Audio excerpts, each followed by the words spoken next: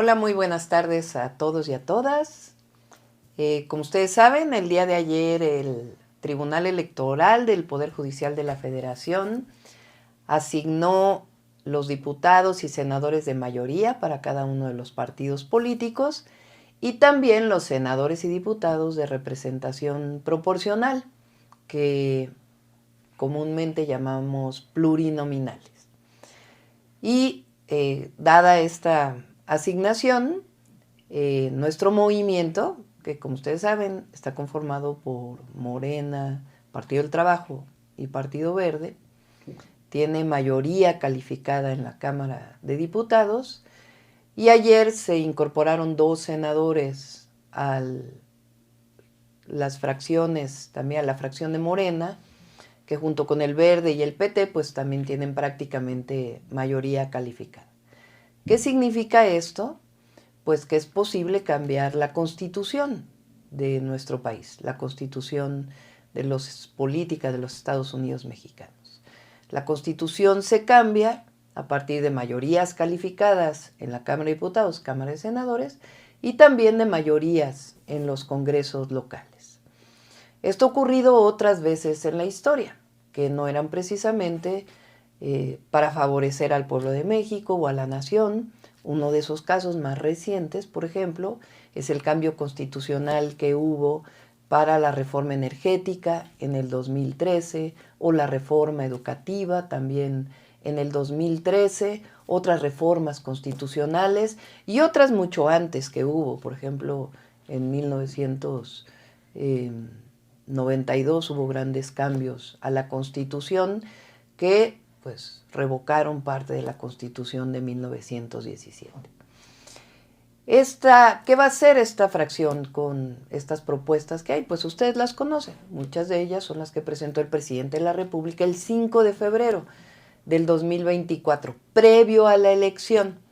Y estas se estuvieron discutiendo durante la elección y finalmente el pueblo de México decidió, no solamente la presidenta de la República, sino también que hubiera esta mayoría en la Cámara de Diputados y en la Cámara de Senadores. Lo decidió con su voto. Hay quienes dicen que es una sobrerepresentación. Bueno, esto es falso. Lo único que hizo en su momento el Consejo Electoral del INE y el Tribunal Electoral del Poder Judicial de la Federación el día de ayer es regirse por la Constitución y por una ley que se llama la Ley General de Instituciones y Procedimientos Electorales, que cualquiera puede revisar porque está en el internet, que particularmente en el artículo 15 dice claramente cómo deben asignarse las representaciones proporcionales por cada partido político. Estos artículos que vienen aquí dicen la fórmula que hay que aplicar para que se den estos diputados plurinominales. Y pues se siguió tal cual lo que dice esta ley y lo que dice la Constitución. Es decir, no hay sobrerepresentación, sino sencillamente hay cumplimiento de la ley y cumplimiento de la Constitución. Por eso hay que reconocer a los magistrados del Tribunal Electoral, porque tenían presiones para que esto no ocurriera, incluso lo dijo ayer la propia presidenta en su momento, en su intervención, y aún así cumplieron con la ley y cumplieron con la Constitución. Esto es lo primero que es importante aclarar. Lo segundo tiene que ver con la reforma al Poder Judicial, que es una de las reformas planteadas y que se estuvo planteando durante todo el proceso de la campaña. El presidente envió una reforma el 5 de febrero pasado y recientemente la Comisión de Puntos Constitucionales pues hizo una propuesta final que modifica en algunos puntos lo que presentó el presidente. Más que modificarlo, lo complementa. Esto también lo puede revisar cualquier persona porque está en el internet, es público. Entonces, se dice que ahora la elección de los jueces, los magistrados y los ministros le va a dar mucho poder a la próxima presidenta. Bueno, les voy a explicar. Si siguiéramos con la situación actual, a mí me tocaría elegir a 3 ministros de la Suprema Corte. ¿Cómo es actualmente? Pues el Ejecutivo, la presidenta, manda una terna, el Senado de la República la revisa y elige a una persona de esa terna. Si no se ponen de acuerdo con una mayoría calificada para esa persona que envía a la presidenta, pues entonces la presidenta la nombra directamente. Eso dice la Constitución actualmente. Con esta reforma, si ustedes lo ven así, la próxima presidenta está renunciando a nombrar personalmente a los próximos ministros de la Corte. ¿Y qué es lo que hacemos? Lo ponemos a voto popular. ¿Quiénes van a participar en esta elección? No son los que yo decida, los que la próxima presidenta decida. Van a ser unos que propone la Corte, otros que propone la Cámara de Diputados y Senadores, y otros que propone el Ejecutivo, la presidenta. Pero no es cualquiera que sea una ocurrencia, no. Se va a abrir una convocatoria. Esa convocatoria es abierta. Pueden participar con una serie de requisitos. Aquellos que son abogados, en algunos casos que tengan experiencia, en otros casos pues tienen que cumplir incluso con calificaciones en las materias en las que están procurando ser o participar en esta elección. De ahí, de esta convocatoria electa, hay una comisión de expertos, de juristas, que va a revisar a todos los que van a participar y van a decidir un número específico. Y una vez que se decide ese número específico, una vez revisado lo que viene en la Constitución y lo que se plantea para estos jueces, ministros o magistrados, pues entonces después de un número se hace una selección de tal manera que incluso de 15, por ejemplo, que hayan sido reconocidos por esta comisión, después solamente algunos son seleccionados al azar. ¿Cómo creen que tiene más participación la presidenta?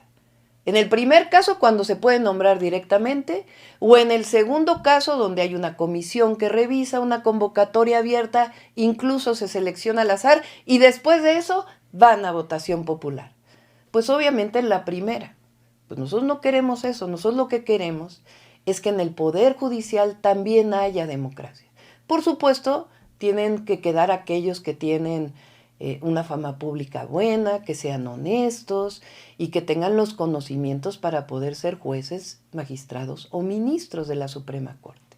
Lo que es importante es que ya se elige democráticamente a la presidenta, se elige democráticamente a diputados y senadores, y ahora se va a elegir democráticamente a jueces, ministros y magistrados del Poder Judicial, pero a través de un procedimiento. Además, fíjense, hicimos una encuesta hace algunos meses después de la elección y la mayoría del pueblo de México está de acuerdo con que se elija a los ministros, a los jueces y a los magistrados por voto popular, y recientemente salió una encuesta de la empresa Buendía, en donde aprueba mucho y aprueba algo el 63% de las personas, incluso 3% más de los que votaron por nosotros están de acuerdo en la elección directa de jueces, magistrados y ministros. Entonces, es muy importante que conozcan la propuesta, porque lo que nosotros queremos, y cuando digo nosotros, son los millones y millones que decidimos la alternativa que ganó el pasado 2 de junio, es que haya más democracia, que haya más libertades y que haya un verdadero sistema de justicia que represente un Estado de Derecho en nuestro país.